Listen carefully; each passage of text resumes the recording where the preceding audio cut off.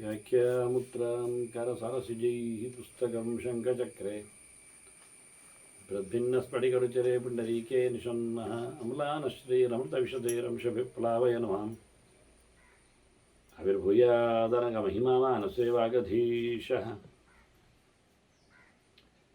नमस्ते प्राणेश प्रणतविभवाय मुनिमगाः नमः स्वामिन् रामप्रियतमन्मन् गुरुगुण नमस्तुभ्यं भीमप्रबलतमकृष्णेष्ट भगवन् नमः श्रीमन्मध्वप्रदिश सुदर्शन्नो जय जय श्रीगुरुभ्यो नमः नारायणं सुरगुरुं जगदेकनाथं भक्तप्रियं सकललोकनमस्कृतं च त्रैगुण्यवर्जितमजं विभुमाद्यमीशं वन्दे भोग्रम् अमरासुरसिद्धवन्द्यं नारायणं नमस्कृत्य नरं चैव नरोत्तमं देवीं सरस्वतीं व्यासं ततो जयमुदीरये. ವೇದವ್ಯಾಸುರ ಮಹಾಭಾರತದ ಚಿಂತಕರಿಗೆ ವಂದನೆಗಳು. ಶಾಂತಿ ಪರ್ವದ 333ನೆಯ ಪ್ರವಚನ. ಇತ್ತ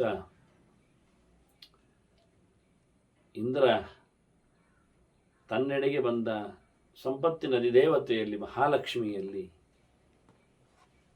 ಏನು ಕಾರಣ ದೈತ್ಯರನ್ನು ಆಶ್ರಯಿಸಲು, ಇದೀಗ ಏನು ಕಾರಣ ದೈತ್ಯರನ್ನು ಬಿಟ್ಟು ಬರಲು ಅಂತ ಅವರ ಚರ್ಯೆಯ ಬಗ್ಗೆ, ಲಕ್ಷ್ಮಿಯ ಇರವಿನ ಬಗ್ಗೆ ಪ್ರಶ್ನೆಯನ್ನು ಇಂದ್ರ ಕೇಳುತ್ತಾನೆ. ಹೀಗಾಗಿ ಮಹಾಲಕ್ಷ್ಮಿ ತಾನು ಇರುವ ತಾಣಗಳೆಡೆಯಲ್ಲಿ ಯಾವ ಲಕ್ಷಣಗಳು ಚಿಹ್ನೆಗಳಿರಬೇಕು ಅಂತ ಬಹಳ ವಿಸ್ತಾರದಲ್ಲಿ ಹೇಳಿದ್ದಾಳೆ. ಅದರನ್ನು ಭೀಷ್ಮರು ಧರ್ಮರಾಜನಿಗೆ ತಿಳಿಸಿಕೊಡ್ತಾರೆ. ಯಾವುದು ದೈತ್ಯರಲ್ಲಿ ಇರಬೇಕಾದ ಲಕ್ಷಣಗಳು ಅದು ಇದ್ದದ್ದನ್ನು ಹೇಳಿದ ಮಹಾಲಕ್ಷ್ಮಿ ಈಗ ಅದುವೇ ಲೋಪವಾದದ್ದನ್ನು ಉಲ್ಲೇಖ ಮಾಡುವಾಗ ಅದುವೇ ತನ್ನ ಅಲ್ಲಿಂದ ತೆರಳುವ ವಿಷಯಕ್ಕೆ ಕಾರಣ ಅಂತ ಹೇಳುವ ಮೂಲಕ ಎಲ್ಲರೂ ಧರ್ಮವನ್ನು ತೊರೆದವರಾಗಿದ್ದಾರೆ, ಧರ್ಮಭ್ರಷ್ಟವಾದ, ಧರ್ಮ ವಿರುದ್ಧವಾದ, ಅಧರ್ಮದ, ಅನ್ಯಾಯದ ದುಡ್ಡಿನಿಂದ ಜನ ಮೇರಿತಾ ಇದ್ದಾರೆ ಅಂತ ಹೇಳ್ತಾರೆ. ಧರ್ಮಾದಪೇತೇನ ಕರ್ಮಣ ಗರ್ಹಿತೇನಯೇ ತಥಾ, ಧರ್ಮವನ್ನು ಇಲ್ಲದ ಮಾಡಿಕೊಳ್ಳದ, ಅಂದರೆ ಶಾಸ್ತ್ರ ಹೇಳದೇ ಇರತಕ್ಕಂತಹ ಕರ್ಮಗಳನ್ನು, ಅತ್ಯಂತ ನಿಂದ್ಯವಾದಂತಹ ಕೆಲಸಗಳನ್ನು ನಡೆಸ್ತಾರೆ. ಇದರಿಂದ ಸಂಪತ್ತನ್ನು ಬಹಳ ಪಡಿತಾರೆ. ಮಹತಃ ಪ್ರಾಪ್ನುವಂತೆ ಅರ್ಥಾನ್ ತೇಷಾಂ ತತ್ರಾಭವನ್ ಸ್ಪೃಹ. ಹೀಗೆ ಅಡ್ಡದಾರಿಯಲ್ಲಿ ಬಂದಿರತಕ್ಕಂಥ ದುಡ್ಡಿನ ಮೇಲೆ ಹೆಚ್ಚಿನವರ ಪೈಪೋಟಿ, ಗಲಾಟೆ, ಆಸೆ, ಅದರ ದುಂದುವೆಚ್ಚಗಳು ಸಾಧಾರಣವಾಗಿ ಸರಿಯಾಗಿ ಸಂಪಾದನೆ ಮಾಡಲಿಕ್ಕೆ ಹೆಚ್ಚಾಗುವುದೂ ಇಲ್ಲ. ಅದರಲ್ಲಿ ಮಿಗಿತೆ ಬಂದದ್ದನ್ನು ಬಹಳ ಕಷ್ಟದಲ್ಲಿ ಅದನ್ನು ಒಳ್ಳೆಯದೆಡೆಗೆ ವಿನಿಯೋಗಿಸಲು ಇಷ್ಟಪಡುತ್ತಾರೆ. ಆದರೆ ಅಡ್ಡದಾರಿಯಲ್ಲಿ ಮಾಡಿದ ದುಡ್ಡಿಗೆ ಹೆಚ್ಚು ಮಿತ್ರರು, ಹೆಚ್ಚು ಪೈಪೋಟಿ, ಹೆಚ್ಚು ವ್ಯಸನಗಳು ಹೀಗೆ ಅಲ್ಲಿ ನಡೆಯಿದೆ. ಮತ್ತು ಅಲ್ಲಿ ಹಗಲು ರಾತ್ರಿಗಳಲ್ಲಿ ಮೌನಗಳ ವ್ಯವಸ್ಥೆ ಕಿಂಚಿತ್ ಕಮ್ಮಿಯಾಗಿದೆ. ಉಚ್ಚೈಹಿ ತತ್ರ ಅಭಿವದನ್ ರಾತ್ರು, ರಾತ್ರಿಯಲ್ಲಿ ಗಟ್ಟಿ ಮಾತಾಡೋದಂತೆ ಜನ. ಎಂತೆಂಥದ್ದು ಎಲ್ಲರೊಟ್ಟು ಸೇರಿಕೊಂಡು ಪಟ್ಟಾಂಗ ಅಂದರೆ ಮಲಗಬೇಕಾದ ಹೊತ್ತಿನಲ್ಲಿ ಮಲಗದೇ ಇರುವುದೇ ತಪ್ಪು. ಅದರಲ್ಲಿ ಉಳಿದವರಾದರೂ ಮಲಗಲಿಕ್ಕೆ ಬಿಡಿ ಅಂದರೆ ಇವರದ್ದು ಗಟ್ಟಿ ದೊಂಡೆಗಳು ಮಾತುಗಳು. ಮತ್ತವರ ಮನೆ ಮಟ್ಟಗಳಲ್ಲಿ, ಮಂದಿರಗಳಲ್ಲೆಲ್ಲ ಉರಿಯುವ ಬೆಂಕಿ ಚೆನ್ನಾಗಿರಲಿಲ್ಲ, ಆಹುತಿ ಚೆನ್ನಾಗಿ ಬೀಳುವುದಿಲ್ಲ. ಹಾಗಾಗಿ ಅಗ್ನಿ ಶಾಂತವಾಗ್ತಾ ಇತ್ತು. ನೀಚೈಹಿ ತತ್ರ ಅಗ್ನಿರಜ್ವಲತ್. ಕೆಟ್ಟ ಸಂಗತಿಗಳಿಂದಾಗಿ ಬೆಂಕಿಯನ್ನು ಉಪಯೋಗಿಸಿಕೊಂಡ್ರು ಅವರು, ಬೆಳೀಲಿಕ್ಕೆ ಬಿಟ್ಟು. ಅದು ಅರ್ಥ. ಅದಕ್ಕೆ ಬೇಡದಿದ್ದಂತಹ ಪದಾರ್ಥಗಳನ್ನು ಹಾಕಲಿಕ್ಕೆ ಶುರು ಮಾಡಿ ಬೆಂಕಿಯನ್ನು ಬೆಳೆಸಲಿಕ್ಕೆ ಶುರು ಮಾಡಿದ್ದಾರೆ. ಕೆಂಪು ಜ್ವಾಲೆ, ಹಳದಿ ಜ್ವಾಲೆ ಅಲ್ಲದೆ ಬೇರೆ ಬಗೆಯ ಜ್ವಾಲೆಗಳು ಅದರಲ್ಲಿ ಬರದಂತೆ ನೋಡಿಕೊಳ್ಬೇಕಂತ ಫಿಯಲ್ ಅದಕ್ಕೆ ಬೇಕು. ಇಲ್ಲಿ ಬೆಂಕಿಯು ಜಾಸ್ತಿ ಉರಿತಿರಲಿಲ್ಲ, ಉರಿಯುವುದು ಚೆನ್ನಾಗಿರಲಿಲ್ಲ, ಮತ್ತು ಕೆಳಮುಖವಾಗಿ ಬೆಂಕಿಯ ಜ್ವಾಲೆ ಬರಲಿಕ್ಕೆ ಶುರುವಾಯಿತು. ಇದು ಇನ್ನೊಂದು ದುಶ್ಶಕುನ. ಯಾವತ್ತು ಬೆಂಕಿ ಮೇಲ್ಮುಖವಾಗಿರ್ತದೆ. ಇಲ್ಲಿ ಬೆಂಕಿಯ ಜ್ವಾಲೆ ಕೆಳಮುಖಕ್ಕೆ ಆಗ್ತಾ ಇತ್ತು ಅಂತ ಹೇಳ್ತಾರೆ. ಪುತ್ರಾಹ ಪಿತೃನ್ ಅತ್ಯಚರನ್, ಈಗಾಗಲೇ ಹೇಳಿದ್ಲು ಲಕ್ಷ್ಮಿ. ತಂದೆ ಬದುಕಿದ್ದಾಗಲೇ ಮಕ್ಕಳು ಕಾರ್ಬಾರ್ ಮಾಡ್ತಾರೆ, ಮನೆ ಮಾಳ್ತಿಯನ್ನು ಇಟ್ಕೊಳ್ತಾರೆ, ಅವನನ್ನು ಹೊರಗೆ ಹಾಕ್ತಾರೆ ಅಂತ. ಹೀಗೆ ಮಕ್ಕಳು ತಂದೆಯಂದಿರನ್ನು ಚೆನ್ನಾಗಿ ನೋಡಿಕೊಳ್ಳುವುದಿಲ್ಲ, ಅವರ ಮಾತು ಕೇಳುವುದಿಲ್ಲ. ಮುಖ್ಯವಾಗಿ ಅದರಲ್ಲಿ ಇವಳು ಸೇರಿಕೊಳ್ತಾಳೆ. ನಾರ್ಯಶ್ಚ ಅತ್ಯಾಚಾರನ ಪತೀನ್, ಗಂಡಂದಿರನ್ನು ನೆಗ್ಲೆಕ್ಟ್ ಮಾಡಲಿಕ್ಕೆ ಹೆಂಡತಿಯರು ಶುರು ಮಾಡಿದ್ರು ಅಂತ. ಅವನನ್ನು ಬಿಟ್ಟು ಹೋಗುವುದು, ಸಮ್ಮತಿ ಇಲ್ಲದೆ ಮೆರೆಯುವುದು, ಇಂತಹ ಸಂಗತಿಗಳು ಬಂದವು. ಮತ್ತು ದೊಡ್ಡವರನ್ನು ಒಟ್ಟಾರೆ ಗಮನಿಸುವುದಿಲ್ಲ, ಗುರುತಿಸುವುದಿಲ್ಲ, ಅವರನ್ನು ಆದರ ಮಾಡುವುದಿಲ್ಲ, ಗೌರವಿಸುವುದಿಲ್ಲ. ಗುರುವಿನ ನಾಭ್ಯನಂದಂತ, ಗುರುತ್ವಾದ ನಾಭ್ಯನಂದಂತ ಅವರಲ್ಲಿರತಕ್ಕಂಥ ದೊಡ್ಡತನಕ್ಕೋಸ್ಕರ ಅದು ಇಷ್ಟಪಡಬೇಕಲ್ಲ. ತಂದೆ ಅಂತ ಹೇಳಿ, ತಾಯಿ ಅಂತ ಹೇಳಿ, ಅತಿಥಿಗಳು, ಆಚಾರ್ಯರು, ವಿಶೇಷವಾಗಿ ಗುರುಗಳೇ, ಅದರಲ್ಲಿ ವರ್ಷದಲ್ಲಿ ಹಿರಿಯರು, ವೃದ್ಧರು, ಯಾವುದೆಲ್ಲ ಶ್ರುತಿ ಹೇಳಿತ್ತು, ಮಾತೃದೇವೋಭವ, ಪಿತೃದೇವೋಭವ, ಆಚಾರ್ಯ ದೇವೋಭವ, ಅತಿದೇವೋಭವ ಅಂತ ಭಗವಂತನ 4 ರೂಪಗಳ ಅನುಸಂಧಾನಕ್ಕೆ ಅವಕಾಶ ಕೊಟ್ಟಿತ್ತು. ಜೊತೆಯಲ್ಲಿ ಪಂಚರೂಪೋಪಾಸನೆಯಲ್ಲಿ ವೃದ್ಧ ದೇವೋಭವ ಅಂತ. ಎಂಥದೇ ಆಗಲಿ, ಏನು ಸಮೃದ್ಧಿ ಇದೆ ನೋಡು, ಅದೇ ದೊಡ್ಡ ಸಂಗತಿ. ಯಾವ ಗುಣ ಸಮೃದ್ಧಿ ಇದ್ರೂ ಆಗ್ತದೆ. ಮಾತುಗಾರಿಕೆಯೋ ಅಥವಾ ಕರ್ಮದಲ್ಲಿಯೋ ಅಥವಾ ಇನ್ನಿತರ ವ್ಯವಸ್ಥೆಗಳಲ್ಲಿ, ರೂಪಾದಿಗಳಲ್ಲಿಯೋ, ಒಟ್ಟಾರೆ ಎಲ್ಲಕ್ಕಿಂತ ವಿಲಕ್ಷಣನಾಗಿ, ಸಮೃದ್ಧನಾಗಿ, ಅಡ್ಡಾದಿಡ್ಡ ಬೆಳೆಯದೆ ಸಹಜವಾಗಿಯೇ ಗುಣವೃದ್ಧನಾದವ, ಆಯುರ್ವರ್ಧನಾದವ, ಹೆಚ್ಚು ವಯಸ್ಸಾದವ, ಸೀನಿಯರ್ ಸಿಟಿಸನ್, ಇವರನ್ನೆಲ್ಲ ಅವರು ಗುರುತಿಸ್ತಾ ಇಲ್ಲ. ಅವರನ್ನು ಗೌರವಿಸುವುದಿಲ್ಲ, ದೊಡ್ಡವರನ್ನು ಗೌರವಿಸುವುದಿಲ್ಲ, ಸಣ್ಣವರನ್ನು ಮಾತಾಡಿಸ್ತಾರೆ. ಕುಮಾರನ್ ನಾನೋ ಪಾಲಯನ್, ಸಣ್ಣವರನ್ನು ನೋಡಿಕೊಳ್ಳುವುದೂ ಇಲ್ಲ. ಅವರಿಗೆ ಶಿಕ್ಷಣ ಇಲ್ಲ, ದೊಡ್ಡವರಿಗೆ ಗೌರವ ಇಲ್ಲ. ಈ ರೀತಿಯಾಗಿ ಸ್ವೇಚ್ಛಾ ಪ್ರವೃತ್ತಿ. ಇನ್ನು ಆಶ್ರಮದವರು ಕೆಲವರು ಭಿಕ್ಷೆಗೆ, ಬ್ರಹ್ಮಚಾರಿಗಳು, ಯತಿಗಳು ಕೇಳಿದರೆ ಇವರು ಭಿಕ್ಷೆ ಕೊಡುವುದಿಲ್ಲ. ಭಿಕ್ಷಾ ಬಲಿ ಮದತ್ವಾಚ ಸ್ವಯಂ ಅನ್ನಾನಿ ಭುಂಜತಿ, ತಾವೇ ತಿಂದು ಬಿಡುತ್ತಿದ್ದರು. ಹೋಮ ಹವನಗಳಾಗಲಿ, ಬಲಿದಾನ ಆಗಲಿ, ಇನ್ನೊಬ್ಬರಿಗೆ ದಾನ ಆಗಲಿ, ಬೇಕಾದವರಿಗೆ ಕೇಳುಗರಿಗೆ ಭಿಕ್ಷೆಯನ್ನಾಗಲಿ ಕೊಡ್ತಾ ಇರಲಿಲ್ಲ. ಬ್ರಹ್ಮಚಾರಿಗಳ ಯತಿಗಳಿಗೆ ಭಿಕ್ಷೆ ಕೇಳುವ ಅಧಿಕಾರ ಇದೆ ಎಂದು ಹಿಂದೆ ನಾವು ನೋಡಿದ್ದೇವೆ, ರಾಜಧರ್ಮ ಪರದಲ್ಲಿ ಅಲ್ಲ, ಆಪಧರ್ಮದಲ್ಲಿ ಅಲ್ಲ. ಇವರು ಮಾಡುವುದಿಲ್ಲ. ಅನಿಷ್ಟ್ವ ಅಸಮ್ಯವಜ್ಯಾತ ಪಿತೃದೇವಾತಿಥಿನ್ ಗುರುನ್, ಹೋಮ ಹವನ ಮಾಡದೆ ದೇವತೆಗಳಿಗೆ, ಪಿತೃಗಳಿಗೆ, ಅತಿಥಿಗಳಿಗೆ ಬೇಕಾದಾಗೆ ಮಾಡಬೇಕಾದಂತಹ ಸೇವೆಗಳನ್ನು ನಡೆಸದೆ, ಯಾವುದೆಲ್ಲ ದೇವತೆಗಳ ಉದ್ದೇಶವಾಗಿ ಹೋಮ ಹವನಗಳನ್ನು ಮಾಡುತ್ತಾನೋ, ಪೂಜೆ ಪುನಸ್ಕಾರ ನಡೆಸ್ತಾನೋ, ಅದರಂತೆ ಪಿತೃಗಳ ಉದ್ದೇಶವಾಗಿ ಮಾಡಿರತಕ್ಕಂಥ ಶ್ರಾದ್ದ ತರ್ಪಣಾದಿಗಳು, ಅತಿಥಿಗಳ ಸೇವೆ, ಅಭ್ಯಾಗತರ, ಭೃತ್ಯ, ಅತಿಥಿಗಳ, ಇವರೆಲ್ಲರ ಮಾಡಿರತಕ್ಕಂಥ ಸೇವೆಗಳು ಅದು ಸಹಜವಾಗಿ ಮನೆ ಮಂದಿಯಲ್ಲಿ ಹಂಚಲ್ಪಡ್ತಿದ್ದವು. ಈಗ ಆಗಬೇಕಾದ್ದು ಆಗ್ತಾ ಇಲ್ಲ ಅಂತಾನೆ. ಕ್ರಮಬದ್ಧವಾಗಿ ಹೋಮ ಹವನ ಮಾಡದೆ, ತರ್ಪಣಾದಿಗಳು ನಡೆಸದೆ,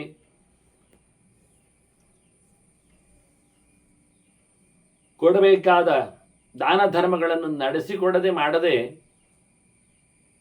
ದೊಡ್ಡವರನ್ನು ಗುರುತಿಸಿಕೊಳ್ಳದೆ ಊಟ ಮಾಡ್ತಿದ್ರು. ಆದ್ದರಿಂದ ಇದು ಯಜ್ಞಶೇಷ ಆಗ್ತಿರಲಿಲ್ಲ. ಅನ್ನಮಶಿತಂ ಹೇಳಿದಾಗಿ ಉಂಡ ಆಹಾರವೇ ಗುಣತ್ರಯಗಳಲ್ಲಿ ಇನ್ಫ್ಲುಯೆನ್ಸ್, ಪ್ರಭಾವ ಬೀರುವಂಥದ್ದು. ಹೀಗಾಗಿ ಶುದ್ಧವಾದ ಆಚಾರ ಇಲ್ಲದ, ಶುದ್ಧವಾದ ಆಹಾರ ಇಲ್ಲ ಅಷ್ಟೇ ಅಲ್ಲ, ಶುದ್ಧವಾದ ಆಚಾರವೇ ಇಲ್ಲ ಅವರಲ್ಲಿ. ನಶೌಚಂ ಅನ್ವರುದ್ಧ್ಯಂತ, ಮಡಿವಂತಿಗೆಯನ್ನು ಕಾಪಾಡಿಕೊಂಡಿಲ್ಲ ಅಂತ. ಎಲ್ಲಿಯವರೆಗೆ ಕೇಳಿದ್ರು ಹೇಳ್ತಾರೆ, ತೇಷಾಂ ಸೂದ ಜನಸ್ತತ ಅಂತ. ಅವರ ಅಡಿಗೆಯವರು ಪ್ರಧಾನವಾಗಿ ಹಾಗೆ ಮಾಡಲಿಕ್ಕೆ ಶುರು ಮಾಡಿದ್ರು ಅಂತ. ಪದಾರ್ಥಗಳನ್ನೆಲ್ಲ ಮುಟ್ಟಿ ಕೈ ತೊಳಿಲಿಕ್ಕೆಲ್ಲ ಉಂಟು. ಸೌಟಿನಲ್ಲಿ ಮುಟ್ಟಿದ್ದಲ್ಲ ಅಂತೇಳಿ ಇವರು ಕೈ ತೊಳೆಯುವುದು ಬಿಟ್ಟಿದ್ದಾರೆ. ಹೀಗೆ ಅಡಿಗೆಯವರಿಂದಾಗಿ ಶೌಚಾಚಾರಗಳೆಲ್ಲ ಕೆಟ್ಟದಾದವು, ಶುದ್ಧತೆ ಕಡಿಮೆಯಾದವು ಅಂತಾರೆ. ಮನಸ ಕರ್ಮಣ ವಾಚ ಭಕ್ಷ್ಯಮಾಸೀದ್ ಅನಾವೃತಂ, ಅಲ್ಲಿ ಮಾಡಿಟ್ಟದ್ದನ್ನೆಲ್ಲ ಮುಚ್ಚುತ್ತಾ ಇರಲಿಲ್ಲಂತೆ.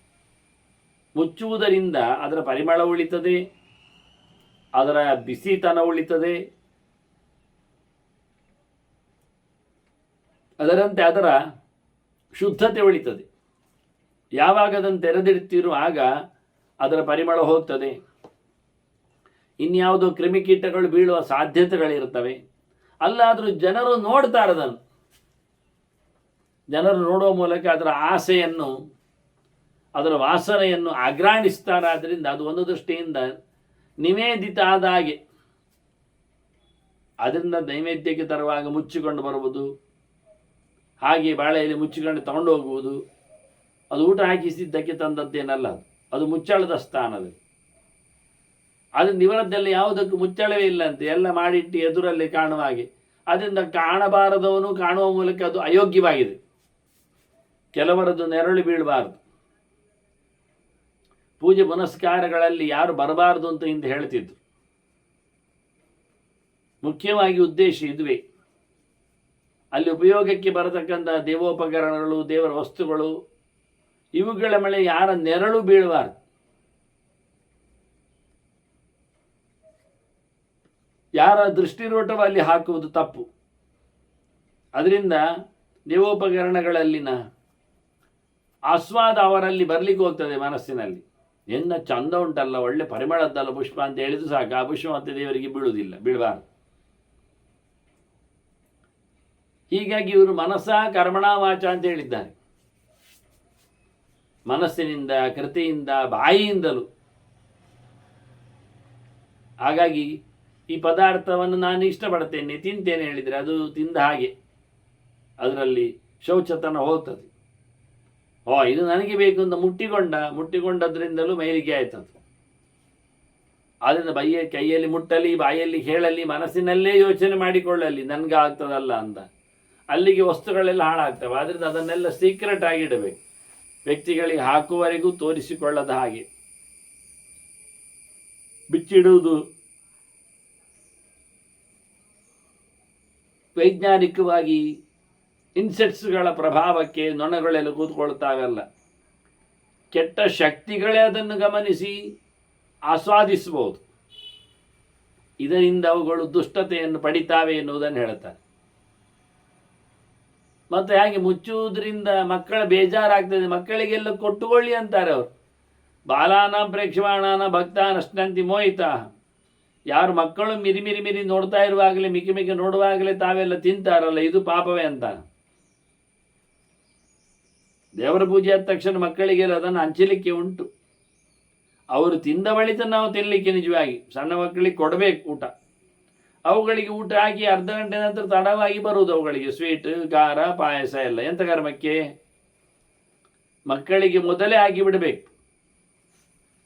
ಆಗ ಅವುಗಳು ಅನ್ನವನ್ನು ಕಮ್ಮಿ ಮಾಡ್ತವೆ. ವಿಷಯ ಸತ್ಯ, ಅನ್ನ ಕಮ್ಮಿ ಮಾಡಲಿ, ಮನೆಯಲ್ಲಿ ಅನ್ನ ಸಿಗ್ತದಲ್ಲ ಅವುಗಳಿಗೆ, ಮಕ್ಕಳಲ್ವಾ, ಹೋದಲ್ಲಿ ಅವುಗಳಿಗೆ ತಿಂಡಿಯನ್ನೇ ಕೊಡಬೇಕಲ್ಲ. ಹಾಗೆ ಮಕ್ಕಳು ನೋಡ್ತಾ ಇರುವಾಗಲೇ ಮನುಷ್ಯ ಮುಕ್ತ ಅಲ್ಲ, ಎಂಥ ಪಾಪಿ ಅಂತಾರೆ ಇವರು. ಹಾಗೆಲ್ಲ ಶುರು ಮಾಡಿದ್ರಂತೆ ದೈತ್ಯರಲ್ಲಿ.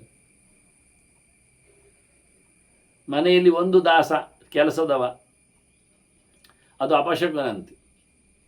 2 ಹೆಂಗಸರು ಕೆಲಸಕ್ಕೆ, ಅದು ತಪ್ಪಂತೆ, ಸರಿ ಇಲ್ಲ. 3 ದನ ಕೊಟ್ಟಿಗೆಯಲ್ಲಿ, ಲಾಯಕ ಸಂಖ್ಯೆ ಅಲ್ಲ ಅಂತ. 4 ಆಡುಗಳು ಸಾಕುವುದವರು, ತಪ್ಪು. 5 ಎಮ್ಮೆ ಉಂಟವರಲ್ಲಿ, ಅಯ್ಯ ಸರಿಯಾಗಲಿ. ಮತ್ತು 6 ನಾಯಿ ಉಂಟು ಮರಿಟ್ಟವು ಸೇರಿ, ಇಲ್ಲ ಆಗುವುದಿಲ್ಲ. 7 ಆನೆ ಉಂಟು ಅಂತ ಮನೆಗಳು, ಇಲ್ಲ. ಈ 1ರಿಂದ 7ರಲ್ಲಿ ಇರತಕ್ಕಂಥ ಸಂಖ್ಯೆಯಲ್ಲಿ ಇರತಕ್ಕಂಥ ವಸ್ತುಗಳು ಮನೆಯಲ್ಲಿದ್ದರೂ ತಪ್ಪೆ. ಎಲ್ಲ ಒಟ್ಟು ಇರಬೇಕು ಅಂತಿಲ್ಲ. ಒಂದೇ ಮನೆಯಲ್ಲಿ 6 ನಾಯಿ ಇದ್ದರೂ ಅದು ಸಮ ಇಲ್ಲ ಮನೆ ಅಂತ ಅರ್ಥ. ಹಾಗಾದರೆ ನಾಯಿ ಎಲ್ಲ ಇರ್ಬೋದಾಯ್ತಲ್ಲ ಹೇಳಿದರೆ, ಅದಕ್ಕೆ ಕೂಡಲೇ ಹೇಳ್ತಾರೆ ಅದಾಗುವುದಿಲ್ಲ ಅಂತ, ತಪ್ಪು ಅಂತಾರೆ. ಮಾರ್ಜಾರ ಕುಕ್ಕುಟ ಅಶ್ವಾನೇಹಿ ಕ್ರೀಡಾಂಗುರುವಂತಿ ದಾನವ. ರಕ್ಕಸರವರು ಗಲೀಜು ಮನುಷ್ಯರು ಕೋಳಿ ಆಟ ಆಡ್ತಾರೆ, ಕೋಳಿ ಅಂಕ.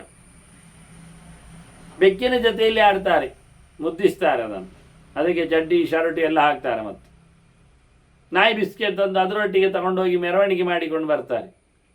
ಈ ನಾಯಿ, ಕೋಳಿ, ಬೆಕ್ಕು ಇದರ ಜೊತೆಯಲ್ಲಿ ಆಡುವುದುಂಟಲ್ಲ, ಅತ್ಯಂತ ಹೇಯವಾದದ್ದು. ಅವುಗಳನ್ನು ಮುಟ್ಟುವುದು, ಅವುಗಳ ಜೊತೆಯಲ್ಲಿ ಇರಲಿಕ್ಕೆ ಹೇಳುವಂಥದ್ದು, ಅವುಗಳು ಭಯಂಕರ ರೋಗಾಣುಗಳಿಂದ ತುಂಬಿರ್ತಾವೆ. ಅವುಗಳು ನಿಜವಾಗಿ ಸಾಂಕ್ರಾಮಿಕವಾಗಿ. ಮನೆಯಲ್ಲಿ ಶಿಸ್ತಿಲ್ಲ. ವಿಪ್ರಕೀರ್ಣಾನಿ ಧಾನ್ಯಾನಿ, ತರಕಾರಿ ಪದಾರ್ಥಗಳು, ಪಾತ್ರೆಗಳು, ಪಾತ್ರಾಣಿಚ, ಪಾತ್ರೆ ಪದಾರ್ಥಗಳು, ದಿನಿಸು ಸಾಮಾನುಗಳು ಎಲ್ಲ ಬಿದ್ದುಕೊಳ್ಳುದು. ಅವ್ರು ಹೇಳ್ತಾರೆ, ನಮ್ಮನೆಯಲ್ಲಿ ಮಾರೇರೆ ಎಲ್ಲ ಐಟಮ್ಗಳು ಕೈ ಹಾಕಿದಾಗ ಸಿಗ್ತದೆ ಅಂತ ಒಂದು ಹೆಣ್ಮಕ್ಕಳು ತನ್ನ ಮನೆಯನ್ನು ಪೌರುಷವನ್ನು ಹೇಳ್ತದೆ. ಆಗ ಅದಕ್ಕೆ ಆ್ಯಂಟಿಯಾಗಿ ಇನ್ನೊಂದು ಆ್ಯಂಟಿ ಹೇಳ್ತದೆ, ಪೊಂಜೋ ಮನೆಯದ್ದು, ನನ್ನ ಮನೆಯಲ್ಲಿ ಎಲ್ಲ ಕಾಲಾಕಿದಾಗಲೇ ಸಿಗ್ತದೆ ಅಂತ. ಕೋಣೆಯೊಳಗೆ ನೋಡಿ ಹೇಗೆ ಉಂಟು. ಇದು ಕೈ ಹಾಕಿದರೆ ಸಿಗ್ತದೆ, ಅದಕ್ಕೆ ಕಾಲು ಹಾಕಿದರೂ ಸಿಗ್ತದೆ. ಇದು ತಪ್ಪು ಅಂತಾರೆ. ದೈತ್ಯರ ಮನೆಯಲ್ಲಿನ ಪಾಡು ಇದಾಗಿದೆ. ಆ ಸಡ್ಡೆಯನ್ನು ಪಡೆದಿದ್ದಾರೆ ಹೆಣ್ಮಕ್ಕಳು. ಕಾಕ ಮೂಷಕ ಭೋಜನ, ಹಗಲಿಗೆಲ್ಲ ಕಾಗಗಳೆಲ್ಲ ತಿನ್ನಲಿಕ್ಕೆ ಬರ್ತಾವೆ. ಇವುಗಳು ಆ ರೀತಿಯಾಗಿ ಎಲ್ಲೆಲ್ಲೇ ಊಟ ಮಾಡೋದು, ಬಫೆ ಅಂತ ಹೇಳಿಕೊಂಡು, ತೋಟದಲ್ಲೆಲ್ಲ ವನ ಭೋಜನ ಹೇಳಿಕೊಂಡು ಹೊತ್ಕೊಂಡು ಹೋಗಿ ತಿನ್ನುವುದು, ನಿಂತ್ಕೊಂಡು ತಿನ್ನುವುದು, ಹಾಗೆ ಕಾಗೆಗಳೆಲ್ಲ ಬರುವುದು, ಅಲ್ಲಿ ಚೆಲ್ಲುವುದು. ಹೀಗೆ ಮತ್ತು ರಾತ್ರಿಯಲ್ಲಿ ಮನೆಯೊಳಗೆ ಎಟ್ಟ ಬೆಟ್ಟ ತಿಂದುಕೊಂಡು ತೊಳೆಯದೆ ಬಿಸಾಡಿಕೊಂಡು ಹೋಗುವುದು, ಇಲಿ ಎಲ್ಲ ತಿಂದಾಗುವುದು. ಇಲಿಗಳ ಜೊತೆಯಲ್ಲಿ, ಕಾಗೆಯ ಜೊತೆಯಲ್ಲಿ ಇವರು ಊಟ. ಅನಾವೃತಂ ಪಯೋತಿಷ್ಠದು ಉಚ್ಚಿಷ್ಟಾಸ್ಪೃಶನ್ ಗೃಹಂ. ಮೊದಲೇ ಹೇಳಿದ್ಲು ಈಕೆ, ನಾನು ಎಂಜಲು ಕೈಯಿಂದ ಅವರು ತುಪ್ಪ ಮುಟ್ಟಿದ್ದಾರೆ, ಬರಲಿಲ್ಲ, ಹೋದೆ ಅಂತ. ಇಲ್ಲಿ ಬಿಡಿಸಿ ಹೇಳುವಾಗ ಹೇಳುತ್ತಾಳೆ, ಅವರು ಎಂಜಲು ಮಾಡಿದ್ದಾರೆ ತುಪ್ಪವನ್ನು, ಅದರಿಂದ ಅದನ್ನೇ ಮುಂದುವರಿಸಿಕೊಂಡು ಹಾಳು ಮಾಡ್ತಾರೆ, ಸಮಯ ಇಲ್ಲ ಅವರು. ಮತ್ತು ಹಾಲಿಗೂ ಮುಚ್ಚುವುದಿಲ್ಲ, ಹಾಲು ಮೊಸರು ಪಾತ್ರೆಗಳಿಗೂ. ಅದು ಜಿರಳೆಯಲ್ಲಿ ಬೀಳ್ಬೋದ್ರಿ. ಹೌದು. ಮತ್ತೆ ದೈತ್ಯರು ಪ್ರಯೋಜನ ಇಲ್ಲ ಅಂತಾಳೆ. ಇವರು ಊಟದ ವಿಷಯದಲ್ಲಿ ಸರಿ ಇಲ್ಲ ಅವರು ಅಂತಾಳೆ. ಶಿಸ್ತಿ ಇಲ್ಲ, ಯಾವುದರಲ್ಲಿಯೂ ಚಂದ ಇಲ್ಲ. ಮತ್ತು ರಾತ್ರಿಯೆಲ್ಲ ಮೊಸರೆಲ್ಲ ತಿನ್ನಬಾರ್ದು ಹೇಳಿದ್ದಲ್ಲಿ ಇವರು ತಿಂತಾರೆ. ಈಗ ಶುರು ಮಾಡಿದ್ದಾರೆ, ರಾತ್ರೋ ದಧಿಚ ಸಕ್ತುಂಶ ನಿತ್ಯಮೇವ ಅವಿವರ್ಜಿತಾ ಅಂತ. ಈಗ ಅವರು ಬಿಡಲಿಲ್ಲ, ಹಿಂದೆ ಬಿಟ್ಟು ಆರಾಮಾಗಿದ್ದರು. ಈಗ ಮೊಸರು ತಿನ್ನುವುದೇನು, ಹುರಿದ ಹಿಟ್ಟು ತಿನ್ನುವುದೇನೆಲ್ಲ ಮಾಡ್ತಾ ಇದ್ದಾರೆ ಅವರು. ಅವರಿಗೆ ರಾತ್ರಿ ಹಗಲಾಗಿ ಬಿಟ್ಟಿದೆ. ಮಾಡಬಾರದ ಕೆಲಸ ಮಾಡ್ತಾ ಇದ್ದಾರೆ ಅವರು. ಅಂತರ್ದಶಾಹಿ ಚಾಷ್ಟಂದಿ ಗವಾಂ ಕ್ಷೀರಂ. ವಿಚೇತನ ಮಂಡೆ ಹಾಳದ್ದಾಗಿದೆ ಅವರಿಗೆ. ಗೊತ್ತಿಲ್ವ, ನೆಟ್ಟಿಗಿಲ್ವ? 10 ದಿನದೊಳಗೆ ಕರುವು ಹಾಕಿದ್ದರ ದನದ ಹಾಲು ಕುಡಿತಾರವರು. ಅಂದರೆ ಅದಕ್ಕೆ ಆಗ ಮೈಲಿಗೆ ಅಂತ ಅರ್ಥ. ದಪ್ಪವೂ ಇರ್ತದೆ ಹಾಲು, ಕುಡಿಬಾರದು, ಉಪಯೋಗಕ್ಕೆ ತರಬಾರದು. 10 ದಿನ ಆಗಬೇಕು ಶುದ್ಧ ಮನುಷ್ಯರಾಗಿ. ಇಲ್ಲ, ಇವರು ಇವತ್ತು ಆಗಿ ಕರೀತಾರೆ, ಕರು ಇಲ್ಲದ್ದು ಕರೀತಾರೆ, ಕರು ಸತ್ತದ್ದು ಕರೀತಾರೆ, ಕರು ಹುಟ್ಟಿದ್ದಷ್ಟದ್ದು ಕರೀತಾರೆ. ಎಲ್ಲ ಡೈರಿಗೆ ಕೊಟ್ಟು ಮಿಕ್ಸ್ ಮಾಡಿ ಎಲ್ಲ ಜನರಲ್ಲಿ ಕೂಡಿಸ್ತಾರೆ ಅವರು.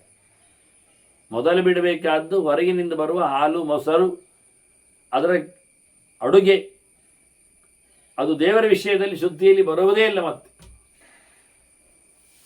ಅನಾಥಾಂ ಕೃಪಣಾಂ ಭಾರ್ಯಾಂ ಗ್ರಂಥಿ ನಿತ್ಯಂ ಶಪಂತಿಷ. ಹೆಣ್ಮಗಳನ್ನು, ಹೆಂಡತಿಯನ್ನು ಹೊಡಿತಾರೆ, ಬೈತಾರೆ, ಶಾಪ ಹಾಕ್ತಾರೆ. ಅದು ಪಾಪ ಯಾರು ಇಲ್ಲದ್ದು.